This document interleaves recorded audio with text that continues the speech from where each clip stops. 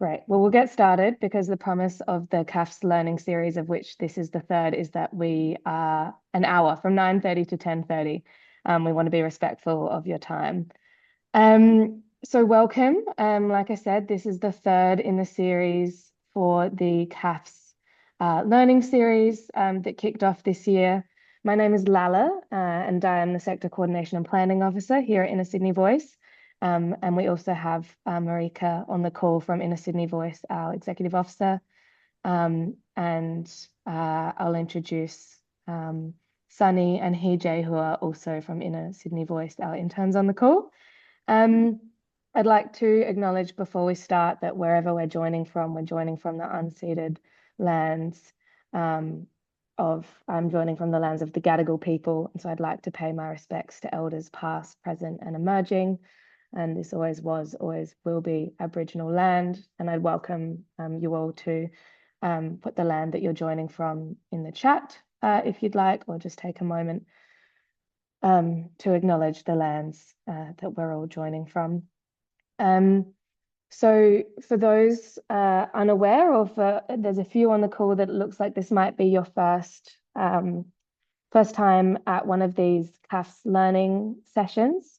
This is an effort to have practice-led and practical relevant training and information sessions for CAFS funded organisations in the inner and eastern Sydney region. But of course, we welcome anyone who's here for other purposes or who perhaps isn't at a CAFS funded organisation. The session this morning we're really excited about and has relevancy for anyone working with First Nations children and families. Today we're joined by John and Dane from AbSec. AbSec is the peak organisation dedicated to the welfare of Aboriginal and Torres Strait Islander children, young people and families in New South Wales, as many of you are no doubt aware. And before we start and hand over to John and Dane, we had some feedback that people really like the opportunity to connect with others in these kinds of forums. So I'm just going to read everyone's name, and if you can just, perhaps say hello and the organization that you're joining from, just introduce yourself very quickly, and then we'll get started, aware of the time. So Kathy.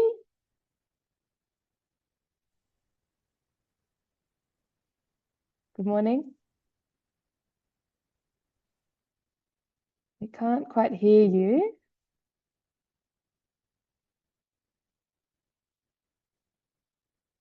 We'll come back to you perhaps. Danielle, are you there? Hello. So, good night. I'm from the Caribbean, the island of Trinidad and Tobago. Hi. So, No hi. Hello. Hello. Sorry, I can hear a couple of people. Kathy, your audio is working. Sorry, Yvette.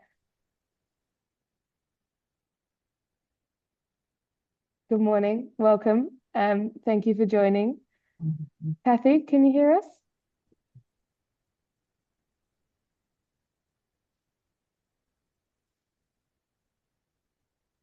Few tech problems, which I've also had this morning, perhaps. I'll keep going down the list. Claire Linden. Morning. Morning. I'm from Good Shepherd, specialist youth counsellor, based over in Marrickville. Welcome. Thanks for joining. Thank you. Danielle? Yes. Hi, can you hear me okay? Yes. Cool. I don't regularly use Zoom, so apologies for the tech issues.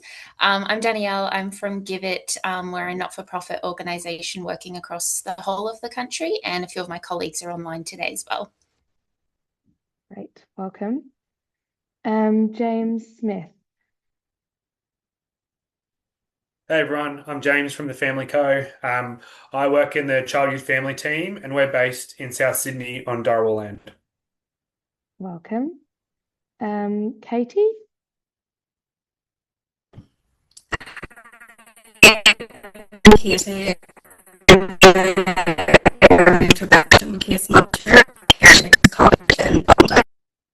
Some audio problems, I think, so I'm not sure if people gathered all of that, but welcome.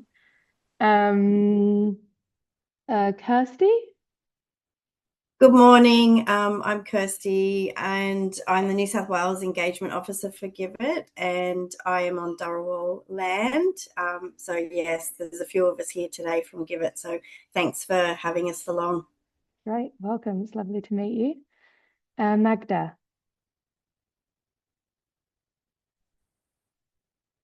Morning, everyone. I'm sorry, my camera is not working at the moment.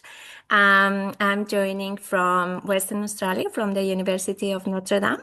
I'm a trainer and assessor for the CER3 in individual support. So yeah, that's me. Wonderful. Welcome. Thanks. Mel. Hi everyone, I'm Mel. I'm GiveIt's engagement officer in Victoria, and I'm on Bunurong land in Melbourne Southeast. Welcome. Mike has put in the chat that he's in an office space and can't introduce himself, but welcome, Mike. NASA has also can't turn mic or camera. That's okay. Welcome. Noshin. Morning, my name is Noshin. I'm from the Parent Pathways program in New South Wales, and I am on Gadigal land. Welcome. Sarah Benson.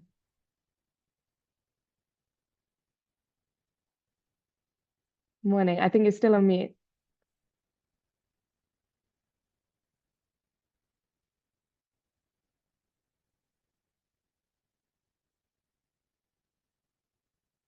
I might be able to unmute from my...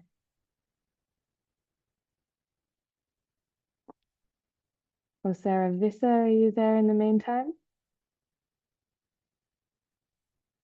Morning everyone, I do the engagement role for GiveIt in Western Australia. I'm on Wadandi Noongar Puja down in Margaret River, and thanks for having us. Thank you. Welcome. Almost, I'm just navigating this list. Yvette, you started introducing yourself, but I might have cut you off earlier. So, hi, good night. Well, it's night here. I'm from the Caribbean island of Trinidad and Tobago. I am a house coordinator for Safe House for children who have been abused, and it's an interdisciplinary organization. So, good night. Thank you. Welcome. The joys of being online mean that we can have you in the room, which is great. Marika, do you want to introduce yourself? Oh, we don't have your sound yet, unfortunately. Not to worry. But like I said, Marika is the executive officer at Inner Sydney Voice. Sunny, are you there? Is your sound working? Hi, everybody. I'm Sunny. I'm interning with Sydney and City Voices. Yeah. And hey, Jay. Hey everyone, my name's EJ and I'm also an intern here at ISV in Sydney Voice. Welcome. Okay, have I forgotten anyone? I think I went down the list. Has anyone not introduced themselves? Hopefully that's everyone. Well, again, welcome. It's great to have you all here. Welcome to those of you that I haven't met before and those faces that are familiar too. And in the interest of time, I will hand over to Dane and John to introduce themselves and start our session today. Super. Thank you so much, Layla. And lovely to see everybody this morning, and even from way over in Trinidad and Tobago. That's amazing. I did not expect that this morning, or this evening, of course. My name's John Byrne. I'm a proud Dharawal man.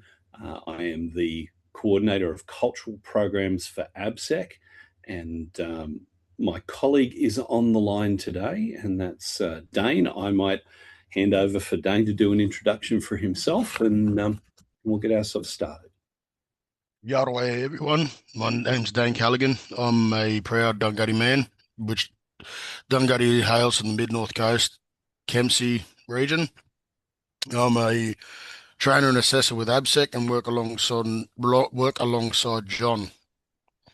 So just like to acknowledge all the countries you're all meeting from, and say hello to everybody. Thanks, Dane. That's fantastic. I I think you'll have noticed that I'm having a few technical issues with my PC this morning, and the background that Dane has is the one I'd hoped to have. When Dane's speaking, if you're interested at any point in the things that we're talking about, you'll see some QR codes on the wall behind Dane, and they should work with your phone, yeah. So feel free to scan those at any point in time, and you'll go directly to our short courses page or our qualifications page. But enough of the advertisements. Let's start talking about what we're talking about. I think chronologically speaking, it's probably worthwhile to start talking about what our experience as an Aboriginal and Torres Strait Islander community has been over the past 65,000 years or so. And the reason I say that far, I don't know if anyone expected me to say the last 200 years or so, is because I think one of the things we don't focus on enough is the great wealth that comes from Aboriginal and Torres Strait Islander traditional culture. And so one of the things that that strikes me every time I look at it is what Craig Rigney, a friend of mine over in South Australia, CEO of KWY, would call indigenuity. It's just the incredible wisdom and knowledge that has been built up over that 65,000 years and is demonstrated in things around the landscape. Like, for instance, down in Victoria, there's Budj Bim, which is it's a very large organisation of stones in a particular geographic pattern on the ground, which actually predates Stonehenge. But if you look along certain lines, when the sun is at that point, it actually marks out the summer and the winter solstices, and it marks out the equinox as well, which just blew my mind when I learned about that, predating Stonehenge. Then you look at things like, and of course, they're down, I think it's in Victoria, there are the eel runs as well, which were a particular way of landscaping the water flow so that they were able to catch the eels from the river. So this is an engineered trap for eels, essentially. And then in Brewarrina in New South Wales, the fish traps. So the fish traps are a series of stones in various shapes. There's C shapes and circular shapes. And the C shapes face, let me think, they face downstream. Thanks, Dane. Yeah, downstream. And that's because the fish swim upstream. Fish apparently aren't the brightest of creatures, and so they swim into these C shapes and they actually get trapped in there. And then the circular shapes are an area where they can transport or transfer the fish into, and that keeps them alive and fresh and ready until they're ready to eat. So that's the refrigerator. How cool is that? The thing that blew my mind is if I was asked to build such a thing, I would have put something right across the river that let the water through but stopped the fish. I would have caught all the fish. Whereas what happens in the fish traps is there are gaps between these structures that allow a portion of the fish to get upstream and to spawn to repopulate the river for the next season. So Aboriginal and Torres Strait Islander people lived in such a sustainable way for such a long time. It's just amazing to see. And there's a philosophy there. If any of you are familiar with, and Dane and I were talking about this very story yesterday, the Dreamtime story of Tiddalik the Frog, which teaches, don't be greedy, take only what you need. That's such a fundamental principle in Aboriginal traditional culture. And then there's the whole idea, when you consider that this ethos of just taking what you need from the environment and no more, but it made sure that everybody in your camp, in your settlement, in your clan was fed.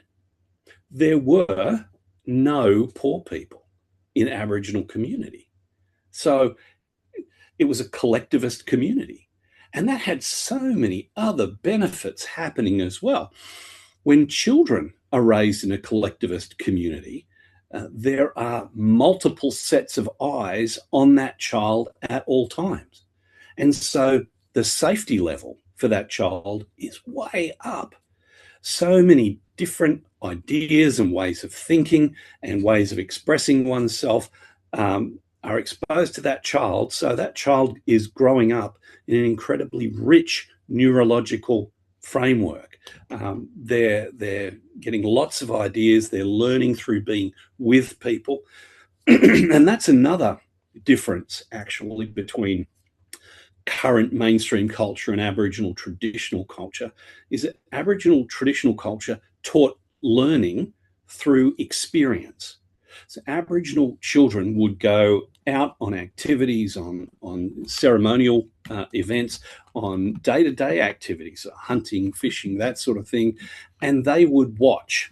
If you want to think about it in terms of a non-Indigenous paradigm, that's an apprenticeship. Young children were always engaged in an apprenticeship of life where they watched and observed and learned.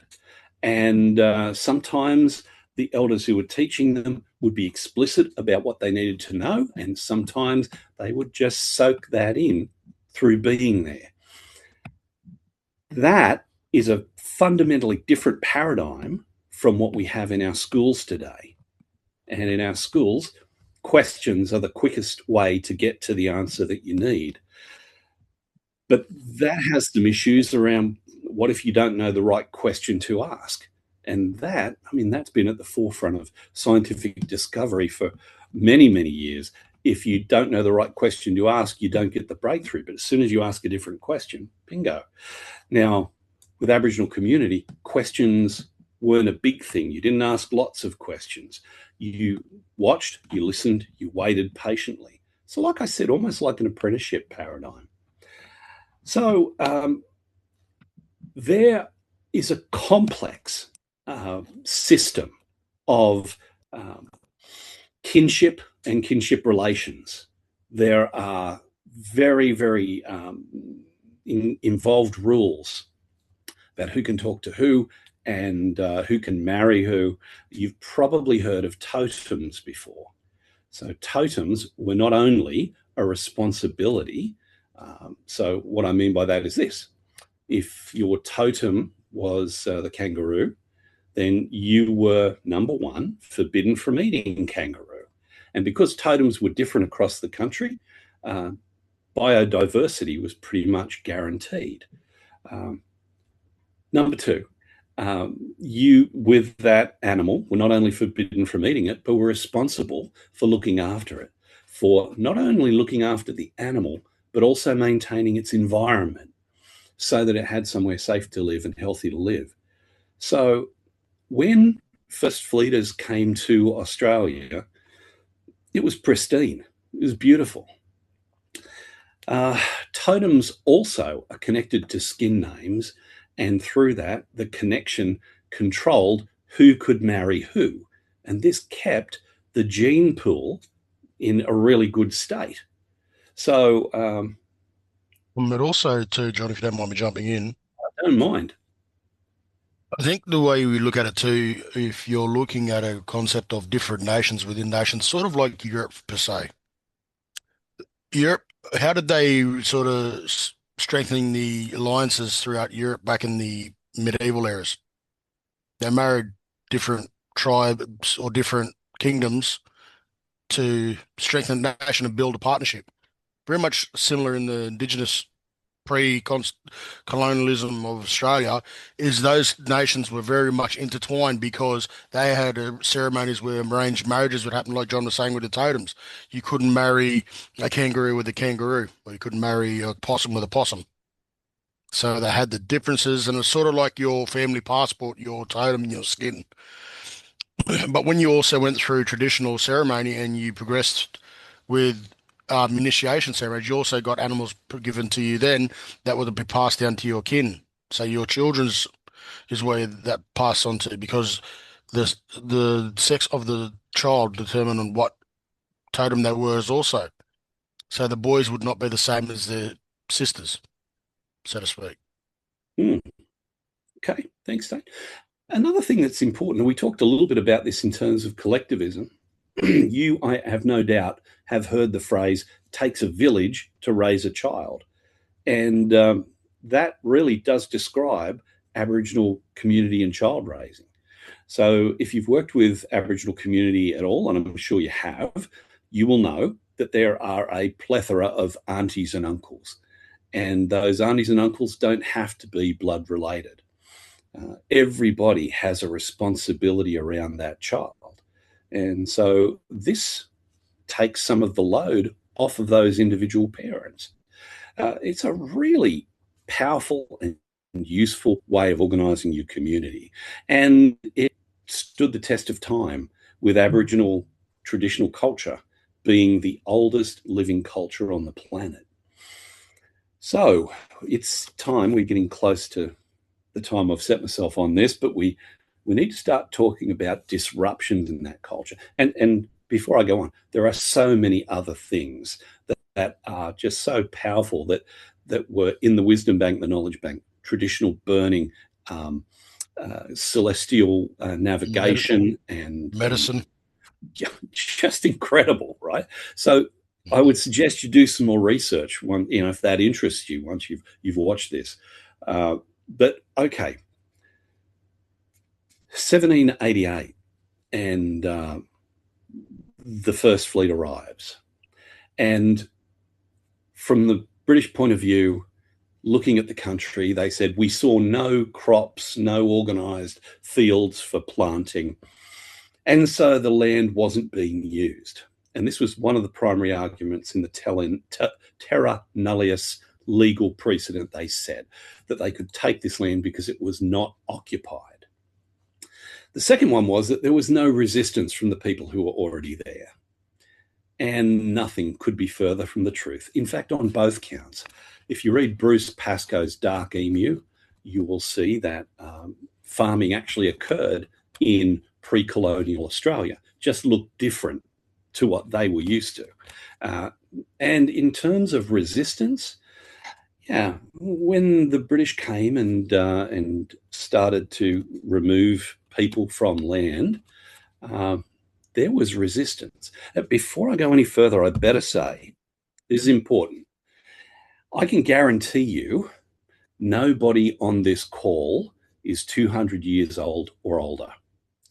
And why that's important is it means that every one of you bears no responsibility or no shame, blame, or embarrassment for what we're about to talk about. None of you were here on the planet when this happened. So the only thing I think you need to feel during this is empathy. And the only responsibility that we all share around this is to stop this sort of stuff from happening. So let's continue. People were removed from land, oftentimes using things such as neck chains, where groups of people would have a chain around their neck going to a common link and being led by that chain. They would be walking. The person leading them was most likely riding a horse. And this sounds pretty medieval, right? It's 1788 and all that. Well, the last recorded use of neck chains was in Western Australia, and a group of Aboriginal people were led 400 kilometres off a property, big property, and they were led off using neck chains, and that happened in 1963, just not that long ago. Let's continue. There were organised resistances, and alongside of that, this happened over probably about 140 years. It's called the Frontier Wars, and you can Google that, find out more about it. But over that period of time, something like 2,000 colonists were killed versus, according to the best calculations of the scholars, Two scholars in Queensland said that there were about 67,000 Aboriginal and Torres Strait Islander people killed, and that was in Queensland alone. So if you guesstimate around for the rest of the country, you're probably talking about 350,000 people. That was in active fighting. There were also poisonings, where a bag of poisoned flour would be given to a community, and then that would decimate that community. Illness was another issue. Illnesses that were brought over just by the virtue of the fact that people came to the country. Our people had no resistance to them. So the flu and the common cold and things like that. Smallpox. Well, that's the next thing. If you look on the manifest of the First Fleet, you'll see that there was a few containers of some stuff called variolation material. Variolation was an early forerunner to vaccination. They'd take pus from the pustule, oh, that's gross, I'm sorry, but from the pustules of people suffering from smallpox, and then inject that into people. And in some cases, that would stop them getting smallpox. Now, this stuff was brought over, and it somehow found its way onto blankets, which were then distributed to the Aboriginal community, and it killed 50% of the population in Sydney. 50% of the Aboriginal population in Sydney. Every second person died as a result of that smallpox. Our population went down from 100% to 10%, and today we're at 3.8%. The fundamentally damaging thing, apart from the massacres that occurred, was that an act was passed called the Aboriginal Protection Act, which enabled the government, for pretty much no reason at all, to remove Aboriginal children from their families. Now, you heard me talk about how the elders passed knowledge down to the children every single day. That is the fundamental flywheel of Aboriginal community and its continuation. That's how we have information that's been passed down for 65,000 years. When children were removed from families, that disrupted that entire process. But we're talking about children of any age. Children 0 to 4 were taken and raised as orphans, often adopted out to families who, more often than not, saw them as a source of free labour. Children from 5 years and up were sent to places dotted across the countryside, like Kinchela Boys Home or Cootamundra Girls Home. And these places were notorious for physical punishment, physical damage, and sexual abuse.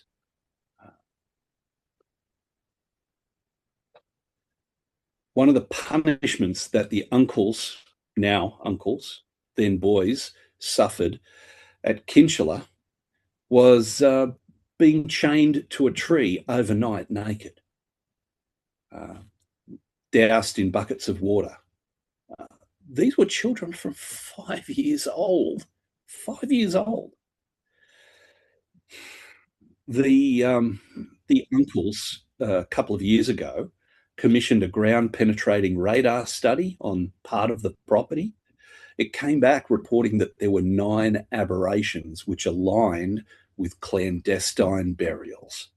The uncles have been petitioning the minister to have the ground exhumed so they know once and for all where those boys who disappeared went, and nothing has happened yet.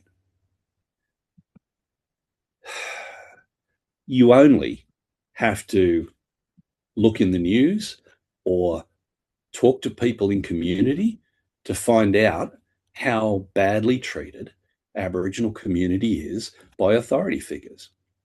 There have been numerous events where one investigator on a particular event, a particular treatment of a woman that resulted in her death and the death of her unborn child through neglect, said that if you present at a health facility and identify as Aboriginal, you will receive worse care.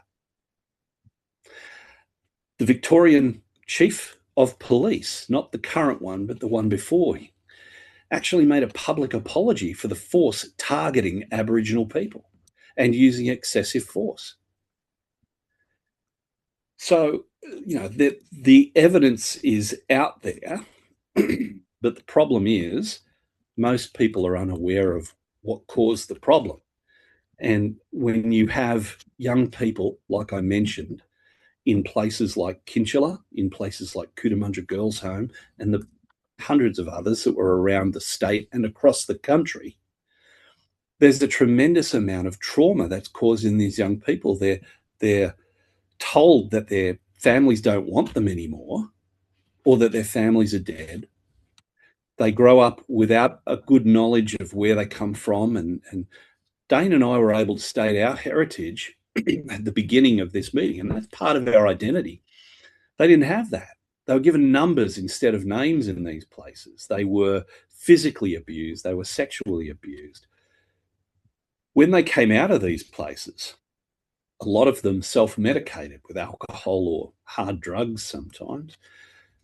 When they tried to form their own families without the benefit of parental role models to teach them how to do life, when confronted by problems in their own families, there'd be alcoholism, domestic violence, drug use, or sometimes just plain absenteeism. And these traumatized people would then traumatize the next generation. The next generation after that, those children's children, either grow up in households which are damaged by trauma, or grow up in households or grow up in households where the stories of their grandparents are told to them.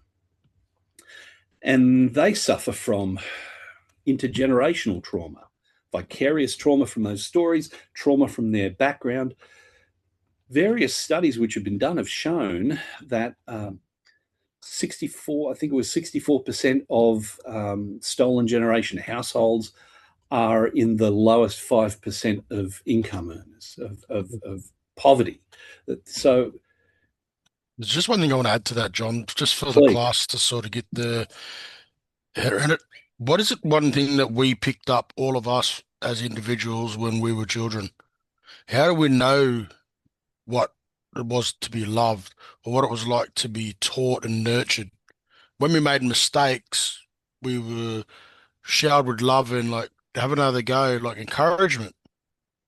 Could you imagine the impact for some of the children that were taken from their families where that was a customary thing, like John was talking about, with how family dynamics were prior, traditional cultural life, to being put in a system of cold, like absolutely like no love whatsoever. You were treated like a piece of cattle or a sheep coming through a stockyard, given a number, catalogued, used as a tool, not shown as a child. Could you imagine how they felt when they had children? The disconnect. What do I do now? What do I do now? So that disconnect with the start of the stolen generation caused just irreversible damage to connection and like what it was to show affection and give affection. Thank you, Dane. That was powerful words.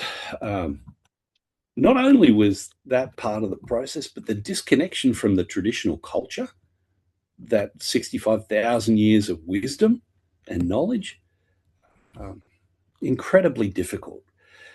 So our people have a deep lack of trust in government, in anything that looks like government. Hospitals full of mandatory reporters.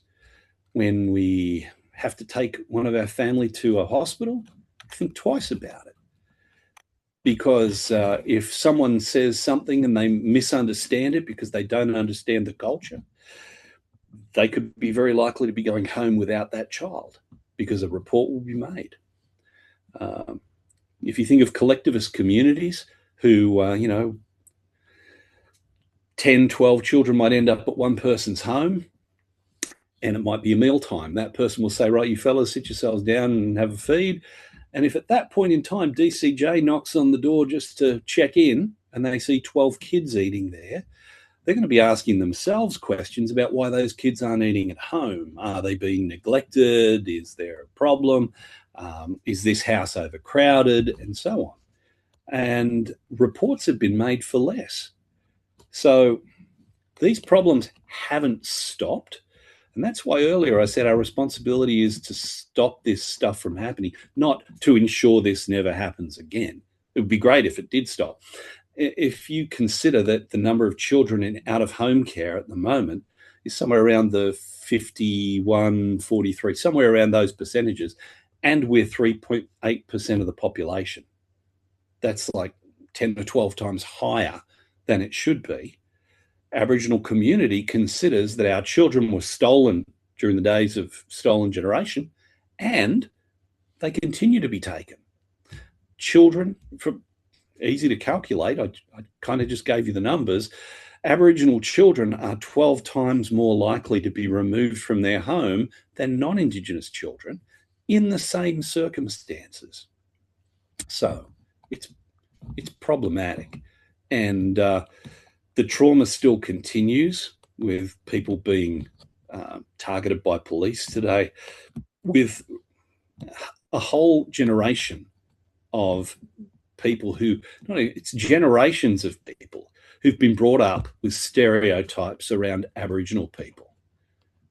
So it's problematic. Can you imagine if someone came up to you at your workplace and said, I've just had the most horrible thing happen, I need to talk about it. And you said, no, look, sorry, I can't hear that. You wouldn't do that. You would sit them down and listen. And this is the thing that hasn't happened for Aboriginal people, is that they haven't been listened to. And people have said, well, why can't you just get over it and move on? I wasn't there. It's not my responsibility. So it's problematic. Now, this has impacted us from a social point of view, from an economic point of view, because of the challenges of the education system and the way that some people within that system treat Aboriginal kids. Very few Aboriginal kids get into university, and so consequently less Aboriginal people hold down professional positions, and this has damaged our community economically. We have poor health outcomes. Aboriginal people have a lifespan that's 10 years less than everybody else. So there are a whole range of problems that have come down from this experience of being colonised. And just in case you're not aware, if you check out colonisation in other countries, and there were only, out of the 193 countries, there are only 22 that the British didn't colonise. Colonised countries and their original people suffer the same problems that Aboriginal people suffer here in Australia. And what that tells you is these are not Aboriginal problems, these are colonisation problems. Yeah. There's a big difference, like we and John have spoken about yesterday, the difference between equality, which I think everyone thinks is the way to go, versus equity. Yeah. Yeah. So in case you're wondering, there's a picture that does the rounds. It's a pretty good one. Shows a tall guy, a medium-sized guy, and a very small guy standing at a fence trying to see a sporting event. And then it shows them each with one box. And so the tall guy can easily see, he was tall enough already. The medium-sized guy can see, but the short guy's still not tall enough to see over the fence. So if you take a box off the tall guy and give it to the really short guy, now everyone has what they need and can see. But thinking about that, you will hear people say, how come they get this benefit and I don't? It's because they're starting so far behind the line, it's not funny. So I'm conscious, Dane, we got 18 minutes here before these good people have to go. So do you want to start to talk about the local people in the Greater Sydney area? And then maybe we'll talk a little bit about how they can access various services and referrals. Well, hello, everybody again. A lot of the local inner Sydney sort of nations are very much like a powder keg of mixture of different people within those Indigenous communities. You have some that are they are from there originally, but a lot of the times you have mixing of cultures because they've either married in or moved down to work, like John was saying, nothing available from where they're from, so they've come to Sydney. Like my family originally from La Perouse, so I'll sort of give you a take on the Darawal community from that region that goes all the way down to Kiama. that community is very set up now where they're trying to be very independent because of all the stuff that's happened throughout the years of colonisation. They're trying to get back a little bit of independence with community-controlled organisations coming together as a collective. They've got an advisory group now where services just can't come into the Lapras community. They have to go and have a meeting with the advisory board, like people who are part of that committee. And a part of that is sitting down and have a conversation like we're having now. What is it your services like wanting to change, or what do you want to work with the local community versus are you just punching a number for a KPI to get funding? So this is where some of these communities now starting to have that bit of a pushback. And I'd really encourage everybody just to go and sit down and have a cup of tea and have a chat about what it is you're doing and how you can help the community, because a lot of the communities have had things thrust upon them with services where they've told, like, you've got to work with this service. Now, I think everybody in the whole group would agree, when you get told you're doing something and you don't get an actual collective say, the sort of willingness to go along and do it is very minimal, isn't it? It's like when you get told, oh, you got to go mow the lawn on a 40-degree heat day. You don't want to actually go, yeah, I'll run out and it's sunburnt. So this is a kind of approach that a lot of the communities having, like you've got out Western Sydney. This is what me and John were laughing about yesterday. It is sort of a mixture. It's like a Cadbury's favourite box. You've got a lot of different people from different communities in the one box.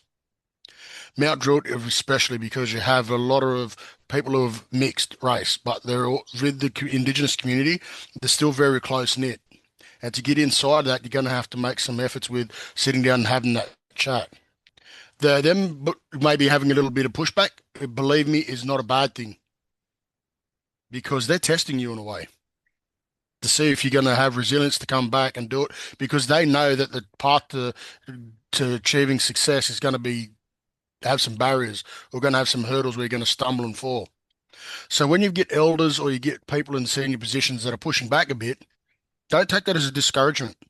Take that as a challenge. Okay, they're testing me to see if I'm actually going to steer the course or stay with it, because that's the sort of the practice that John was talking about earlier, with that every day there was a lived experience by completing chores and tasks, sort of that rite of passage. And that's what some of these services are going to do with you guys if you try to network with them and work with Indigenous communities. You're going to get a bit of pushback, but the pushback is not meant for wanting you to run away. They actually cry for help, but they want you to answer the question that you've got, what you want to get into the community. So listen when the elders... in there, Dane? Yep.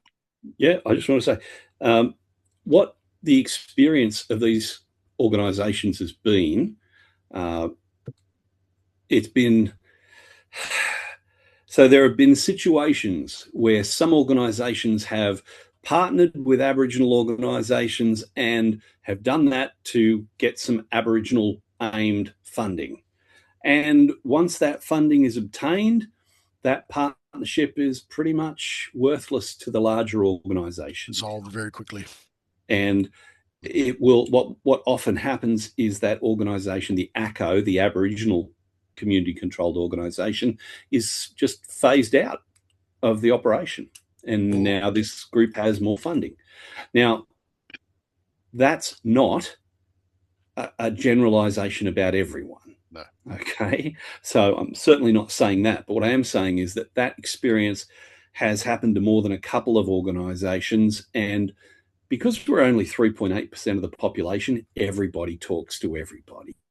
Exactly. And that means that those experiences are well known throughout community.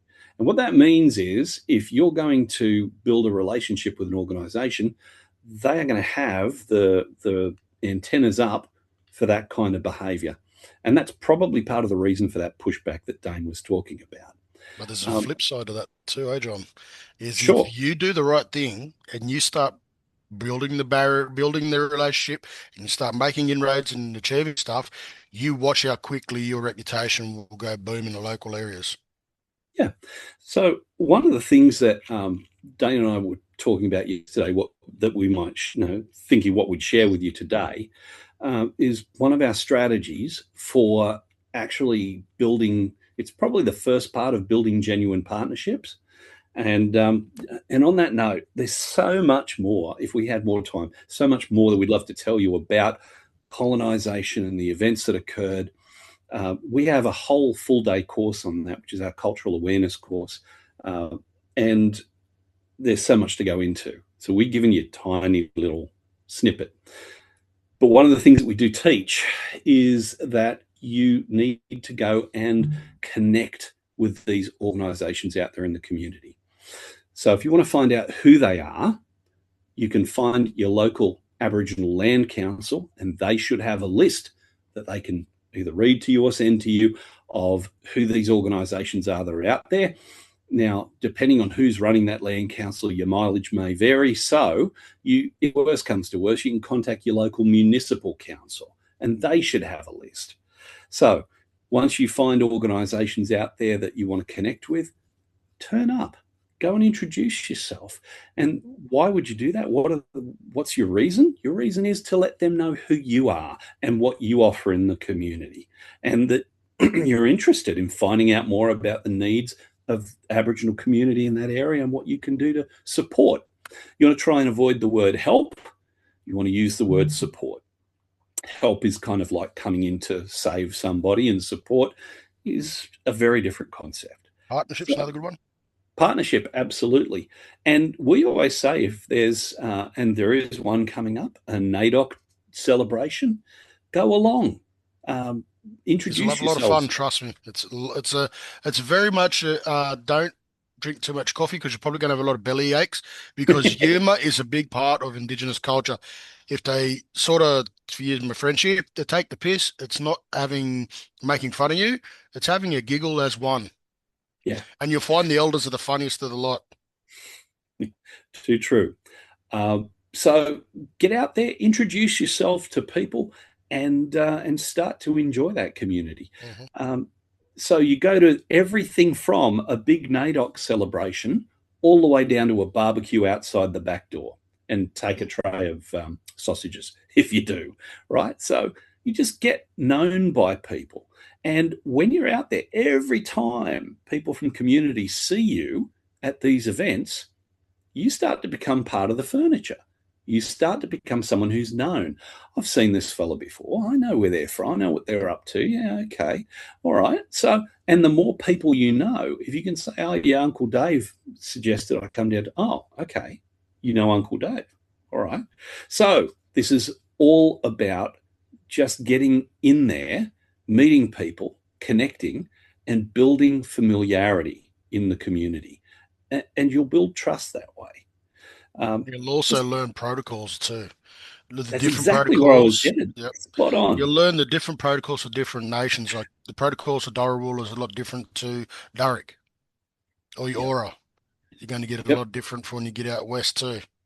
So, and these people who run these organisations, they become your experts in that area. But don't expect to just roll up there one day, first day, and get all the information you want. Right? You want to build the relationships first, and then they'll be happy to help. Okay. So just on that protocol issue, if you're dealing with uncles and aunts in community, and if you are non-Indigenous, then you don't want to be calling them uncle and aunt straight away. That presumes a relationship that you may not have just yet. So what you want to do when you meet elders or just elderly people in community, you want to say, what should I call you? It's such an easy thing to do, and they'll tell you what you should call them. And you just use that. I was introduced to an elder in community the other day, as he just said, I'm Mick. Oh, okay. G'day, Mick. I'm John. Now, I know he gets called Uncle Mick by people because I hear it all the time.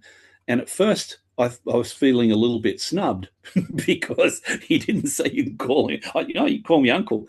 And then one of my colleagues reminded me that I'm getting on in years and that it was odd for me to call them Uncle and Auntie. So anyway, use the protocols. Ask people who are elderly, what should I call you? They'll tell you.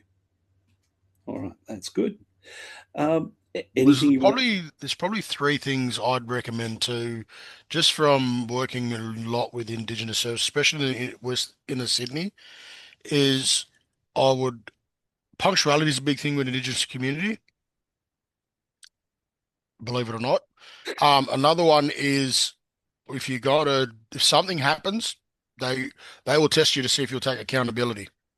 I'm not saying that everybody, but if there's something here, take accountability because a lot of governments, places, or a lot of businesses, like John was saying before, who partnership, they'll come up with 1,000 excuses while they're backdooring the Indigenous service. So that's where that mistrust is, and that's where you build it.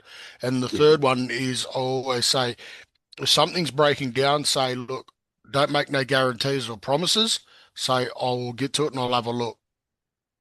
Yeah. Because, a lot of times there have been promises made and let down. And that's where Yep. that trust, once it's broken, it's very hard to get back. I like that, Dane. Absolutely. The way to build trust is to keep your word. And I like the point you made. Don't promise things that are outside of your capacity to deliver or that depend on someone else's hands touching it as well, because you can't guarantee that other person's behavior. So, yeah, promise what you can and keep the promises. Really important. What was the other one? Something occurred to me while you were talking. Yes, yeah, taking responsibility. Really, really important. We have it's a big word for Aboriginal people, but it's more of a big thing than it is the word, and that is acting in a respectful manner. And one of the ways that looks like is that you are willing to take responsibility for the outcomes in the situation, as Dane said, rather than looking for excuses or putting blame on some external thing. So, a quick example would be if you're turning up late somewhere, I should have left early rather than, the traffic, right? So it's about taking personal responsibility. See, when you do that, it shows that you're, number one, willing to do that. And number two, you now have an opportunity to fix it, right? If it's traffic, you can't change the traffic. But if you should have left earlier, you can do that next time. And taking responsibility is just a really strong way to approach people. And it doesn't blame anybody else. And that's the big thing. So acting respectfully, that also means there's something we've got to talk about here too, Dane, and that is this idea of cultural safety. So everybody knows these days that you need to provide Indigenous people with cultural safety. So what does that even look like? A lot of people think it means acceptance or tolerance. So when somebody does a welcome to country or a smoking ceremony, yep, I'm going to be here and stand here through that and not say anything nasty or not complain about it, etc. That's really kindergarten level cultural safety. Real true cultural safety comes from when you understand how important that particular thing is to the people who are around you. So it's not about just putting up with people doing a smoking ceremony, for instance. It is about really understanding what that means and maybe understanding it from parallels in your own life and beliefs so that you understand the importance of it to people. It's such a simple but fundamental difference. Does everybody in the class understand what the significance of a smoking ceremony or welcome to country is actually about? The smoking ceremony is a cleansing ritual. Sort of like in instance, as you walk into a Catholic church, you grab is it oil or water and you bless yourself before you walk into the church. I don't know, I'm not Catholic. I've just seen people do it when I've gone to funerals. Very much similar. Smoke is to cleanse you and take away any negative energy. Sort of like when you see Chinese brothers or Buddhists, they've got the sticks, the scented sticks, and they pray, and that sort of cleanses the soul. Very similar concept. The welcome to country is a blessing and a celebration of you coming and visiting the indigenous country. It's sort of like when you have a birthday party, everyone welcomes you at the front door, and everyone's glad you're there. It's a blessing that you're there visiting and spending time with the people. It's not a thing of like, welcome to the country, you're not from here. It's actually a celebration, like you're coming there, and then the tribe is bestowing blessings upon you and safe journey while you're there. Yeah. So it's a misinterpretation of why these ceremonial events happen. I often say that people who feel that welcome to country is divisive must have been away from primary school the day they covered the word welcome. Right? Well, I mean, it's anything but. All right. We have a couple of minutes left. Probably not even that. But if any of the things that we've talked about today have interested you, then don't hesitate to get in touch with us if you want to talk more, or if you would like to check out what courses we have. The barcodes, the QR codes are on the wall behind Dane. And there's also, if the QR codes aren't functioning for you with your phone and through Zoom, just underneath them, it says absecldc.org.au. And AbSec is an advocacy organisation. We have a policy department that pulls apart government policy and makes recommendations to the ministers and to various other parts of government, DCA and so on. We're not so much a client-facing organisation, although we do have a carer support line for carers of Indigenous children. But we're in there trying to make the world a better place for our community. So I hope you've enjoyed what we've talked about today. It's been lovely to be here and a great opportunity. Dane, any final words for these good people? I think when you're going about after this, instead of going with a caution approach, go with a curious approach. Be curious when you're asking questions. Be curious when you want to know more, and don't be afraid to ask a question. Asking questions with the local Indigenous community, they're going to go, okay, I want to know a little bit more about me. And being curious will show that you're actually keen. Because who here's seen a kid when they walked up and asked 21,000 questions about you, like a young toddler, but then they know you better than most people in the room then, because they've taken the time to invest the questions to you to get to know you better. Good call. Similar approach. Lala, if we'll hand back over to you if you need to close this off. Thank you. John and Dane, that was so much wisdom developed in under an hour. I'm sure I'll listen to the recording again and kind of hear even more, and the way that you delivered it with so much sort of subtlety and power, and to tell facts and to tell them in a way that is so sort of brings it home to us, I suppose, and the relevancy of people in this Zoom call, and to be able to do it on Zoom as well is another skill, to bring us together despite being online. I'm so grateful that you were able to come online today and talk to us. I'm glad that we've been able to introduce people in this online room to AbSec and to the work that you do, and would encourage people, as you say, to see more of it and to learn more, and I certainly will be. I love that Dane called us a class as well. I thought that was exactly how this kind of functioned, and once again, I'm in awe of what was covered in an hour, and really appreciative. So thank you very much. On behalf of us all, I will put a link in the chat to a feedback survey if everyone has just 5 seconds to fill that out. I know that we're asked after all of these events, but that just helps us with the CAFS Learning Series to hear about what people want and what's most relevant and helpful to you and the work that you do in community. So I'm putting that in the chat now. Can I just ask a question, please? Of course.